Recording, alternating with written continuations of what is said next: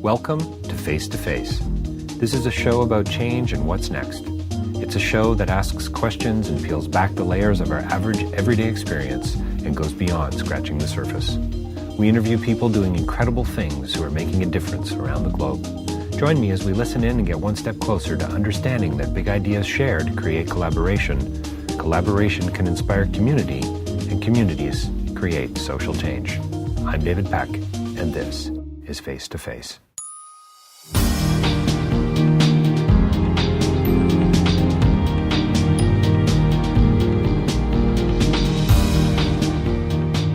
So I just got off the phone with Maureen Palmer. She's a filmmaker who used to work with the CBC and has gone out on her own and has a company now called Bountiful Films. Check them out online. But her new film, Wasted, is a really personal story. It's about her journey with her partner, Mike Pond, who is an alcoholic and came out of a book that they wrote together called Wasted, subtitled An Alcoholic Therapist's Fight for Recovery in a Flawed Treatment System. It's going to air on CBC's Nature of Things soon with David Suzuki. It's turned into a website. It's turned into so much more than just a book and a film.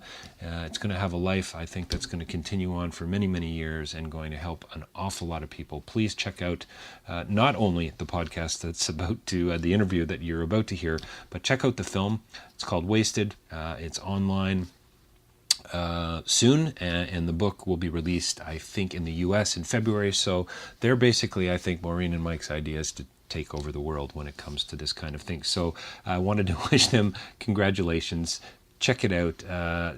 More interviews at davidpecklive.com, rabble.ca. You'll find some other interesting stuff there as well. And thanks for continuing to listen. Well, welcome to Face to Face. We're joined by a very special guest today, Maureen Palmer from Bountiful Films. Thanks for joining us today, Maureen. Thank you for having me. So we're here to talk about, I think, a whole lot of things. We're here to talk about a film. We're here to talk about a book, your partner, maybe about addiction, mental health issues. Should I keep going, Maureen? The list is endless, isn't it? It really is. I just, first of all, congratulations on the film, which is going to air on, I believe, on the 21st of January, 8 p.m., CBC, Nature of Things. Thank you. Yeah, good. And make sure you check out Maureen's website, bountiful.ca. That's the film company. But there's also a book out there as well called Wasted, An Alcoholic's Therapist's Fight for Recovery in a Flawed Treatment System. Wow. I mean, so, okay. It's been quite the year. No kidding. So give me some, can you connect a few dots here for me? Sure. So I think you'll find out in the film, I met Mike on the dating website, Plenty of Fish. And he arrived, and we met. He came on public transit, and he ordered a cranberry and soda. And I thought, why isn't he drinking? His spidey senses were immediately tingling. We didn't get into that very much on the first date, but the second date, he spilled the beans. Not all of the beans, but enough to make me go, oh, my God, this guy has such a story. Do I want to date him? Not sure, but I've got to find a way to tell his story. But damn it, I want to make a movie together. about him. The movie was not really on my horizon. Oh, okay. So interesting. Cool. You know what? My partner at Bountiful Films, Helen Slinger, we took a few runs at both the Nature of Things and Doc Zone for CBC. We've always wanted to do something on alcoholism. So we'd write our pitch and we'd go to the meetings and we'd say, alcoholism, character flaw, or chronic illness. Right. Different pitches, right? And always, for whatever reason, we got turned down. Then Mike and I wrote the book. Somebody gave the book to somebody at the CBC documentary world. About the same time, I did phone the Nature of Things and say, hey, when writing the book, we discovered a very personal story about addiction, but also that there's a revolution in research going on that's not translating into treatment yet. And people should know about that. And that's when the Nature of Things went, that's the story we want. Right. Which is what David Suzuki refers to several times throughout is evidence-based treatment. Yeah, the vast majority of treatment, if you can call it that, in North America, is not evidence-based. Most treatment centers, I'd say about 90% of them, are 12-step oriented, and they're on a continuum from, low-end rundown recovery houses like the kind Mike ended up in to, $50,000, $60,000 a month places. Now, to be fair to the 12 steps, there is a growing, small evidence base for the 12 steps. Right. And the concern for us was there's a really strong body of evidence that says it really only works for about 30 to 40% of people. So what happens to the other 50 or 60%? Well, they're largely left to be feeling like failures because they can't make AA work for them. We saw the urgency for a dramatically expanded toolkit to treat addiction. And the reality is we discovered there are things out there that people don't know, and worst of all, doctors don't know. Right. It's really interesting, something that sort of, I just come through some shoulder surgery a couple of months ago, 23-year-old injury, looks like it was a huge success, 3 incisions, and they go in with tubes and cameras and lights, and I mean, isn't it wonderful? And on one hand, you go, wow, this is incredible, this medical community we have here in the West, and yet I also suffer from some sleep issues. And I know the trouble that has caused my doctors and myself getting to the bottom of that. And nobody's admitted that they can't fix it, really. And yet I've got half a dozen different doctors who have tried. And now what do I find? I don't know that it's actually making a huge difference, but I find yoga to be one of the most satisfying things that I do to sort of calm the mind, et cetera. And, medication, CPAP machine, test after test, So I wonder, did you guys find out this idea of these chronic illnesses, these chronic things? Is that where things are breaking down? To a certain extent, I think that does play a role in this. I think the bigger issue is that in our society, and our doctors are a reflection of our society, I still think that there's a big feeling that this is a moral issue, not a medical one, which is kind of ironic because the American Medical Association and the Canadian Medical Association have both characterized alcoholism, as now called substance use disorder or alcohol use disorder, as a disease. But they don't treat it like a disease. We don't fund treatment for it. We don't give people compassionate, evidence-based care. We give them a tremendous amount of judgment. The other thing I think that's happening here is Alcoholics Anonymous has been wildly successful for good reason. It has saved millions of lives. It's also been a fabulously successful PR machine. Right. So that, early in the days of AA, it actively cultivated relationships with judges, media, lawyers, doctors, power people in society.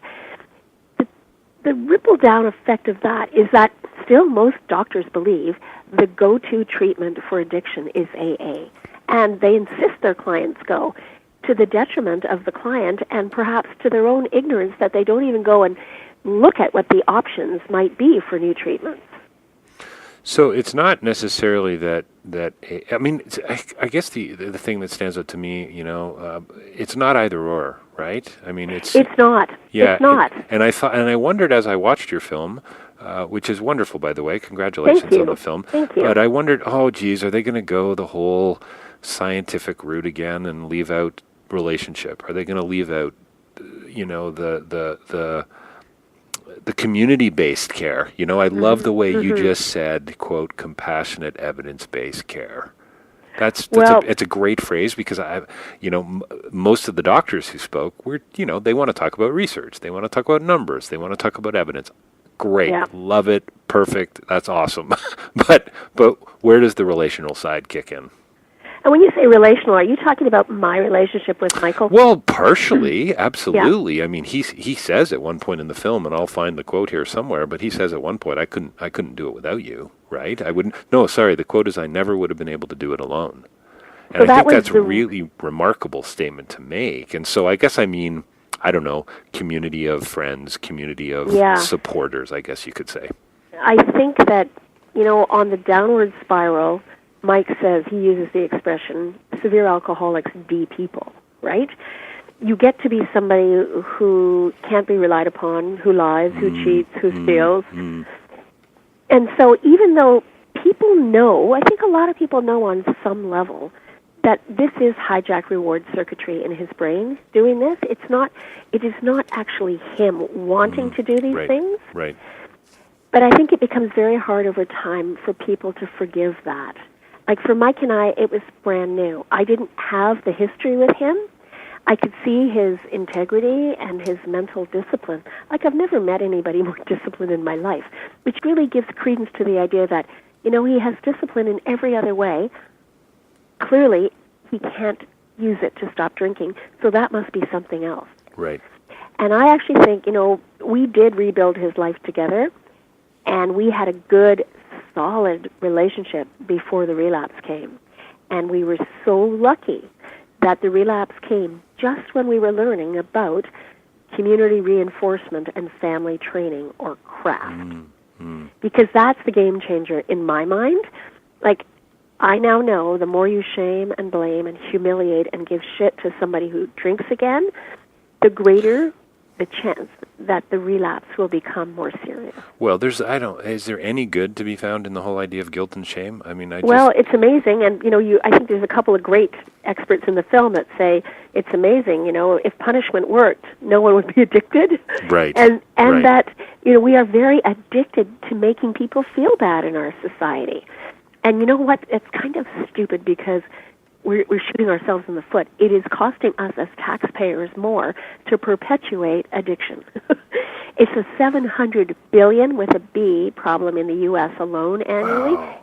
Yeah, tack on what it costs Canada. And that's, in broken relationships, in healthcare costs, in social costs, criminal costs, court costs, all because we don't want to actually spend money on what we do for every other illness, which is preventative, swift action, evidence-based care. So we got to talk about the relapse because it's just so interesting. I want to talk about that. I want to talk about the what the relationship must have been like as a filmmaker. This is your partner, the person you love. How bizarre that would be, putting a camera on them. And this isn't just to tell us about, his beautiful craftsmanship as a furniture maker. No, you're going a little deeper, a little more intimate, a little more intimate than that. But for a second, before we go there, talk to me about why why don't we want to see it for what it really is? Are we sort of shining a light into our own darkness in a way? Does that make sense? Why don't we want to see it why as a society we don't want to see it? Why do we want to keep seeing it as a moral issue and not necessarily as a medical one? That polarizing of interesting. Really interesting question. I think because I think we are very conflicted in our society about alcohol, right? It's so intertwined into everything that we consider to be pleasurable in terms of celebrations. Mm-hmm. I think on some level, if we can perpetuate the dichotomy that those people are different from us, right? That they've made a conscious choice and, I don't have that choice, I don't have that problem, that somehow we're better than. Yeah, well, see, this is where I was hoping you wouldn't go, but that's kind of what I expected the answer to be, because I think that seems to be the case, right? Don't we we feel better when we're able to sort of look down, whether it's literally or metaphorically, on others. I think so. I mean, who hasn't told stories the morning after a party like, oh, did you see so-and-so? She was so wasted, right? That's right. Everybody rolls their eyes. Oh, yeah, one of these days, she's not going to get better until she hits rock bottom. I have said these horrible judgmental things myself about people. And I think, on so many levels, Mike's relapse was a huge learning opportunity and a very humbling experience. Yeah, for me. I bet. I bet. Yeah. I really, the night he drank, I thought, shit, wonder what's going to happen to the film. I wonder if the CBC will still want the film. Maybe they won't consider us to have the credibility to deliver it. Right. All these questions went through my mind, and then I went, if we are going to continue with the film, this is a key part now. What will I do? Right. We have to document this, even though we don't have to decide right now whether we're going to use it. And there was only one way to do it, which is, as it was the next evening, and Mike was sober by then, we both picked up our cell phones, our iPhones, and started talking to each other about it. And I said, honey, we don't need to use this. We don't know what we're going to do with it, but we need to capture it because the anxiety and the emotion of right now will never be captured again. Yeah. Unless you do this again, you bonehead. Yeah, that's right.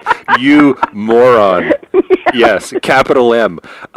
So you're in the middle of the book. You've decided to make a film. You started to shoot. Mike's 5 years into recovery?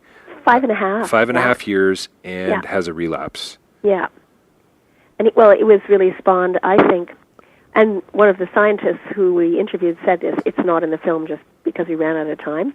When he had his motorcycle accident, he ended up in the ER, brought by ambulance, and that was the place that we calculated he went to 31 times on his downfall. Wow. Yeah, and each time, most often, he was treated quite with humiliation, and as you saw in the film, his ex-wife supported that, right? You know, if they were lucky, he was given an Ativan and a bus pass. Ativan and off you go. Yeah, and here's a guy who had 2 life-threatening seizures during that period.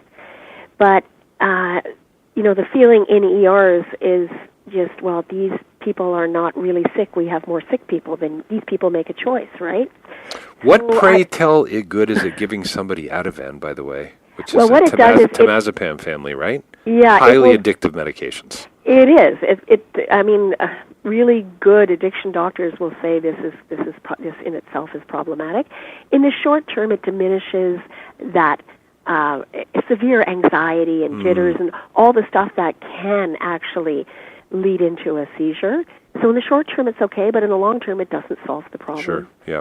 And it makes that whole experience in Mike's head, going back in as an injured person was triggering. He just came home and he went into the fridge and he opened up a bottle of wine and drank, and he hadn't, he's poured me wine glasses. He had disinterest, especially in the last 3 or 4 years. So it was a real shock. I was absolutely stunned when I figured it out. So up until this point, you had no sort of reason to believe that you were going to wind up here? Oh, no, I was totally smug. Well, you mentioned that in the film, yes. Yeah. Yes. You're doing great, buddy. This is awesome. This is never going to happen to us. Yeah. Yeah, I learned, and, I just think, and even before the relapse, we'd filmed a few of the experts, and they said, it's a chronic relapsing disorder. That's part of how we identify it. And still it didn't twig with me. Oh, yeah, this could happen to Mike. And Mike was terrified, when it happened. Yeah, no, it must have been, on so many levels, pretty terrifying, I would think. He thought, first of all, that I was going to kick him out. Of course. Which is the farthest thing from my brain. And that he was on that downward, very desperately lonely spiral again. We were so fortunate that we found a new treatment that works, and works incredibly well for him. Okay, so now we're on another path here. I got to go down this road. So farthest from your brain, the idea of kicking him out. I bet up until that point, he hadn't experienced that kind of inclusion, that kind of an embrace. No, and to be fair to his family, early in the process, they tried very hard to help him until they couldn't. And then it became, I think, an ever more fearful, desperate, anxious period in his family's life where they could see, he was their financial bedrock, right? Right, yes, yep. Mike and I are in a different situation. I'm already well established. I don't have any other dependents. And I think that I had learned, we'd started doing research on this craft, that if I could support him through this, not shame and blame him, maybe not even talk about it for, the rest of the day until he feels better, and then he can bring it up. And, I just learned to steel myself and say, whatever this is, Mike, we're going to have to go through this together. Well, what I love about this story is you don't tell much about your story, which I guess you some filmmakers do and other documentarians don't. Some sort of Aramora sticks himself in the films, but but CBC made me right. But But I think what's interesting to me, shame for me is a theme throughout this film, and maybe that's just because of how it plays out in my own life or in my friends' lives, or I see it in others, and how my wife and I, Elizabeth, have so tried not to use that as a parental tool, and I think so many parents have and still do, and this idea of guilt and so on. And what's the damage that we're doing to one another and frankly to ourselves? So I think there's something there, Maureen. Why didn't you go there? Right? Why did you obviously love Mike unconditionally, and you've embraced him and included him in a way that's not based on his behavior, and that to me is fascinating. Why didn't I go there? Because I'd heard really mostly from the experts that it doesn't work, and by then I'd already understood hijacked reward circuitry. Right? Like there was an element of what I understood about Mike's brain that truly he could not help it. Right. And he didn't plan to, throw a bomb or a firecracker into our lives. And I really knew that if I did this, he could end up back in that place. And the burden of that on my conscience, right? I knowing what I knew based upon the research, couldn't go there. My dad drank too, and this is actually a really good lesson for me. I would get mad at my dad, and my dad was a happy drinker, but he was a drinker. Right. And sometimes he would be a little bit, I think, belittling of my mom after he'd been drinking. Interesting. And I would I would leave. I'd get in the car and leave the house, or if we're out at a restaurant, I was very judgmental about my dad. And I think it's almost like my dad's dead and he's teaching me something. Right. There is no shaming somebody into health. It never works. There's it doesn't work. You you are probably about my age, and I think we all probably grew up in a very shame-based culture. I think so too. Yeah. Well, I wonder what damage it does to the soul, what the damage it does to our personalities, our ability to love others, our ability to include others. I mean, it's just kind of that circle, that spiral downwards just continues, right? Yeah. And I think even before I met Mike, I'd come to a place in my life where I didn't want to be unkind to anybody ever, especially my daughters, right? It was time to just, these people are in your life and they're a great gift. And do you really want to spend 1 second where you make them feel bad? Yeah. And I think that I'd hit that sort of philosophical bent in my life right about the time when I met Mike. So I think it was a deeper part of me by that time. Maureen, do you think Mike was testing you in any way? Subconsciously, on some whole other level that he's not even aware of? I don't think so. I don't think he had the conscious ability. I really don't. I feel that whatever happened that day came out of the blue. Well, you talk about him going to that. What did you say? 31 times would have been a good title. Times. Would have been a great title for the film, by the way. Yeah, the number 31. But imagine what must have been dredged up from that experience. Yeah, you mean for him? For him, the memory, the stuff that he wouldn't even. The tacit sort of awareness that would have been going on in his system, emotionally and spiritually, and all these things that you can't even put your finger on. I have no idea, right? So I don't know how we could ever have any kind of sort of comprehension of that. I think that whatever happened in the ER that day activated a whole bunch of stuff. Mm-hmm. There was a lot more nightmares after that. Is that right, eh? Yeah, and I think, there were a fair number of nightmares when we first met, when he was just coming out of the, recovery house, prison hell, right? But then they kind of went away. But after the relapse, they came back, and there was a lot of, agitation, screaming out in nonsensical language for quite a few months. It's diminished since, but I think it created a whole other, it was like just going back into a really bad time in his life again. Right.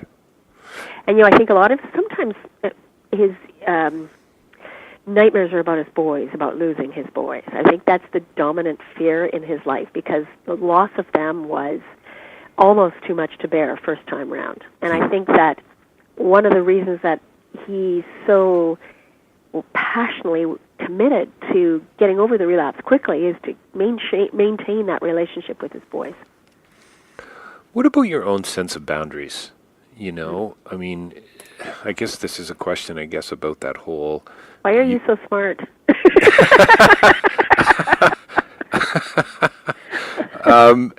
I'm not sure. I read a lot of books. How's that? Yes. Yeah. Thank you.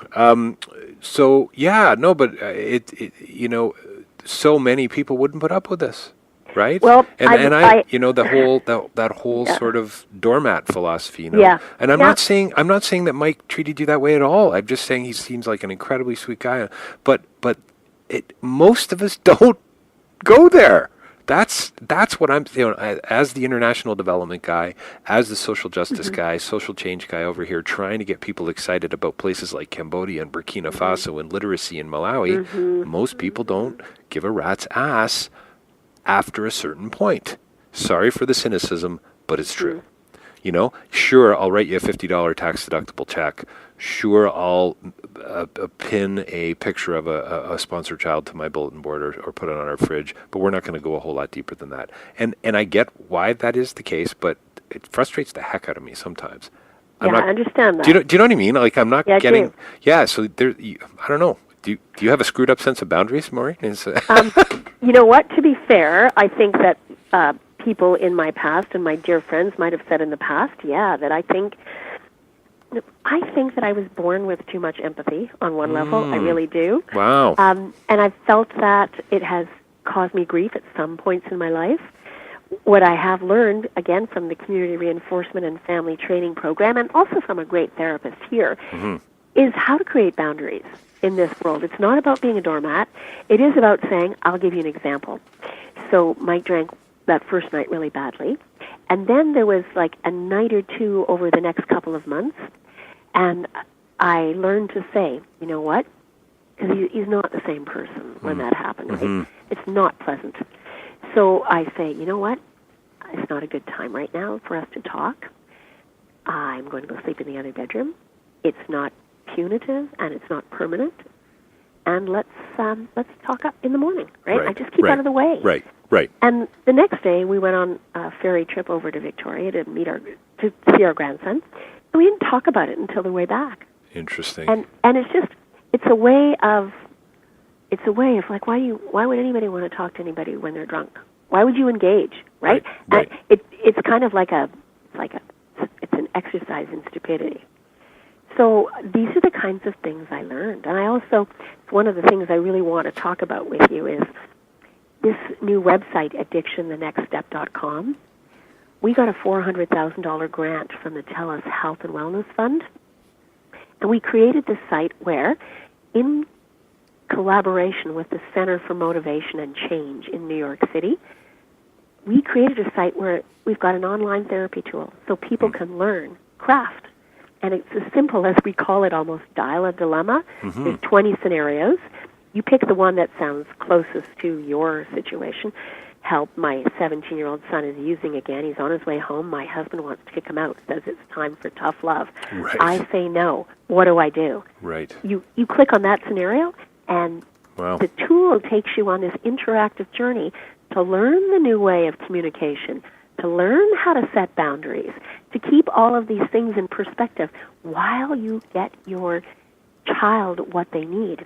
And in craft, 7 out of 10 treatment-resistant people will go into treatment after the family has been in for as little as 5 or 6 sessions. Wow. It's not Al-Anon. It's not detached with love. It's stay invested with love and boundaries. There's something that strikes me that's profoundly relational about that. Even though it's a digital platform, by the sounds of it. Has it been released yet, or is that something you're in the middle of kind of constructing? It's going to be released on January 21st. Wow. Oh, okay. And I'll send you the link. Oh, please do. So that, and we hope the Center for Motivation and Change. There was a great article on them in New York City. And we found them through a book they wrote called Beyond Addiction. And when Mike was getting well and we started writing the book, he would follow me around the house with this book going, it says here that blah, blah, blah, blah, blah, blah, blah. So we finally, when it got to the time to make the film, the CBC said there was a shortfall, not huge, in the budget. They said, go to the TELUS Fund. They will put money towards the broadcast, but also give money for a digital tool. And Mike and I thought, what's really needed in the world? There's a lot of apps for addicts, but there's nothing for their families. So they funded us. We're ecstatic. That's amazing. It's amazing. It really is. Tell me a little bit about how, as a filmmaker, you've made a lot of movies over the years. You've been doing this for over 25 years. Is that fair? I left the CBC permanently in 1999. Okay. So you've had... was doing that kind of thing within the CBC for many years, yeah. Have you ever had the experience of working so close to somebody you love like this? No. It was really... it has been the hardest thing to do in my entire professional career, and I don't know that I could do it again or would do it again. It was really hard. Really, really hard. What do you learn about yourself along the way? What do you edit out?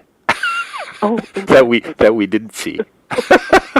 Geez, like you ask really good questions. You don't see me in trauma. You don't see me really not knowing what to do next. You know, you don't see the muck because I don't think I couldn't have split my brain in two enough to know how to film that. Also, there is only 42 minutes, right? Right. And I thought, I need enough of a personal story for a dramatic spine that the CBC now wants. They wanted my perspective once the relapse happened, right? Because they felt an awful lot of viewers end up in my shoes. So yeah, that didn't make it in. And some really great science had to come out just because of the change in perspective. And I think in retrospect, my partner Helen probably should have come in and had done some interviews. Oh, okay, interesting. Because I was just to bring a different perspective. Yeah. Yeah, she, when I had, and also she was a godsend, as was Sue Dando, the exec at the CBC. We sent her an early rough cut, and she sent back the most gracious, respectful, and provocative notes, right? And Helen played a very similar role in the process, which, made for a better film, really challenged me. The one of the things, as I guess you could call, I'm a hopeful cynic. I'm a bit of an existentialist. I believe in freedom, choice, and responsibility. Yeah. And yet, I'm not. This idea of dualism, the way we seem to acquiesce towards plus and minus, up and down, yes and no, and it which is the antithesis of an embrace. It's the antithesis of inclusion. It's on the other side of finding the connecting points and the community and so on. And so anyway, all that to say, so I wonder, where would Mike say, if he was listening in, if he was a part of this conversation, would he say, yes, this is a medical issue, it's genetic, it's nature and nurture, but you know what, I'm kind of culpable too, there was a certain choice in there. I thought it was really interesting, the part where they talked about, was it his brother, talking about the root beer? Oh, yeah. Yeah. So they're talking about the root beer that ferments. Yeah. And that's just, pretty idle. That could happen to anybody. That's just one of those things that happened as kids. And all of a sudden you find yourself in a position that others aren't because of this predisposition. Yeah. But exactly. What would Mike say about that? That, I guess, that AA-like nature, and I'm not talking about shame or guilt here. I'm just talking about saying, you know what, I gotta buckle up here myself or ante up, Yeah. He would say it was very difficult to come to terms that he has a flawed brain. And he does believe that there is part of his brain that doesn't act like other people's brains. And, we interviewed a great geneticist. He's not in the film. He's one of the people we had to cut out. And he actually is living on cbc.ca on the Nature of Things page about the genetic factors, right? And he said, the biggest thing, we asked him what advice would he give Mike's boys, Right. And he said, well, if I were one of your sons, I would recognize that there's a 60% chance that this is genetic. You are carrying a heavy genetic load. Right. And here's what I'd watch for. And he's done something, he did this amazing study, and I can send any of this stuff if you need it, David. Over 35 years, he followed 450 men whose parents had been alcoholics, one of them, usually a father. And what he found was that there are certain characteristics that all of these young men have that predispose them to having a drinking problem. And, those characteristics are the kinds of things that Mike's sons need to be aware of. One of them is called being a low responder, which means very early in life you can drink everybody else under the table. Right. So he says, Mike's sons, these are things you need to know. And if you're going to be a drinker, be a drink counter. Know that 3 is maybe where you should stop. That's good. So stuff that is, puts in perspective that you have a severe genetic load, but you also have a choice. You also have a choice, yeah. Yeah. Yeah, we're not, this is an either or. It's not early, you have a choice. Once as I think I said in the film, if you do something 100 times in your computer, the computer doesn't change. But if you slam your dopamine receptors 10,000 times with booze, you have changed the structure of your brain. And then it's not about choice. You're hooped, buddy. Your brain's going to do something else. So there's a real practical side to a film like this. I mean, especially airing on a CBC, and then David Suzuki's Nature of Things. There's an ethos, there's a culture there, right? Yeah. So the thing that pops to my mind is the phrase that came out of the film about where doctors are sort of pushing AA without this better understanding. I will never forget, Maureen, going in, doing a test with my GP, and I'm sure I've talked about this on a podcast before, but 10 questions to determine whether or not I was depressed. And I remember getting done and going, really, are you kidding me? That's all you're going to ask me? Like, isn't there more to this? Like, it was just, he looked at it and he went, oh, I guess you're not depressed.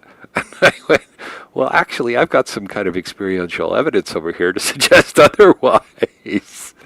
Anyway, you guys talk about medical malpractice. Yeah. And or at least somebody did in the film. Yeah. And yeah, I mean, not that that's a. I mean, is that one of your hopes with the film like this? That's the key. Yeah. I mean, that's one of the key messages that we want to say. If the CMA and the American Medical Association consider it a disease, let's treat it like such. Yeah. Because when we do, we will stop the carnage. At least we'll make a dramatic dent in it, right?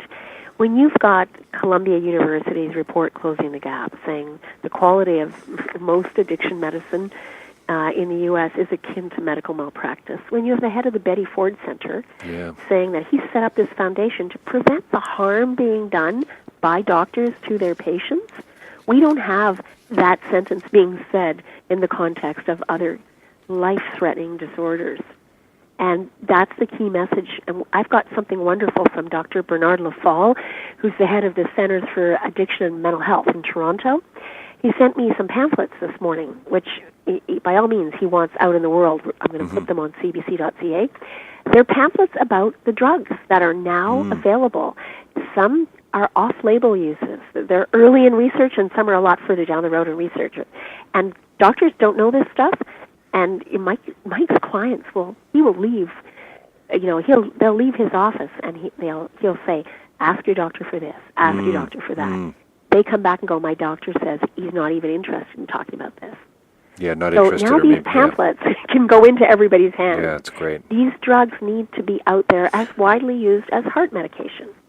Well, it's just interesting, kind of coming full circle back to my question to you about the whole chronic thing, I sometimes wonder if, the medical community still, frankly, sorry for being kind of cliche, but they still see some of this stuff as either or. If they don't, they don't see it as relational. So we got this one approach. If that doesn't work, well, you're screwed. Here's your Ativan, off you go. Yeah. Right. Yeah, and I do think that, that's, I guess, the second message in the film, which is, we have a toolkit, an ever-expanded toolkit. Yep. AA is certainly a part of that toolkit. It's a fabulous thing for so many people, but we just need everybody to know there are other options, and a lot of people don't know. And here's the really interesting thing. I think science is going to eclipse a lot of these arguments. There's a Dr. Anthony Phillips at UBC who's working on, it's a genetic, basically changing some of the way that receptors work in the brain so that, for instance, people who have to live on chronic pain medication, terrible back problems, they can actually, he hopes within a decade, to give those people another medication that will essentially short-circuit the ability to become addicted in the first place. Right. So these things are in the pipeline. Wow. I think that there's a lot of promise a decade or two from now. Right now, we're still in the weeds. Well, it makes you kind of wonder, too, what other doors it will open medically as well with respect to, I mean, when I heard dopamine, I immediately thought other neurological disorders, Parkinson's and, things like that. I mean, that's kind of connected, right? I mean, it's a pretty complicated place up there. Really nifty research. Wish we'd had time to get it in the film. Yeah. It was at Cambridge, okay, and we were filming in Cambridge. Parkinson's researchers found they've been following a large cohort of people with Parkinson's. When the disease causes the brain to deteriorate to a certain point, a decent, substantial number of their people they're following develop compulsive gambling disorders. Wow. So there is some connection so at least they dopamine. Might, so the message is that at least they might die rich. Is that what you're saying, Maureen? What we're saying is that we just are beginning to understand the role dopamine plays. Yeah. And that if somebody is suffering from an illness as devastating as Parkinson's can have somehow their reward circuitry hijacked, that's really not a choice they're making. Yeah, exactly. That was, to me, the most profound thing. Wow. Like, holy shit, if that's happening to people with Parkinson's, can we not see a continuum here for people who battle addictions? Well, you know what? We've got to wrap it up shortly. I'm so sorry. Tell us what's Mike up to, in what's next for him, for you, for, the book's coming out, the film's coming out. What we're hoping to do, we haven't had time to organize it yet, we're going to go to Palm Springs in March. And on the way down, I'd like to drive and stop in Seattle, Portland, San Francisco, LA, Palm Springs, show the film, and do a little bit of a book reading. The book is available as of February in the U.S. Oh, okay. So that's next. Oh, good for you. Well, that's amazing. Well, thanks for joining us today. The film's called Wasted. It is premiering, I guess you could say, on CBC's Nature of Things, January 21st. There's a book called Wasted, An Alcoholic Therapist's Fight for Recovery in a Flawed Treatment System. The next step is the website. There's a lot going on here. I hope a lot of people get to see this film, Maureen, and I think it's going to continue to have quite the legacy. I hope so. Thank you very much. I really appreciate a very enlightened conversation. Well, thanks for joining us today. All right. Bye, David.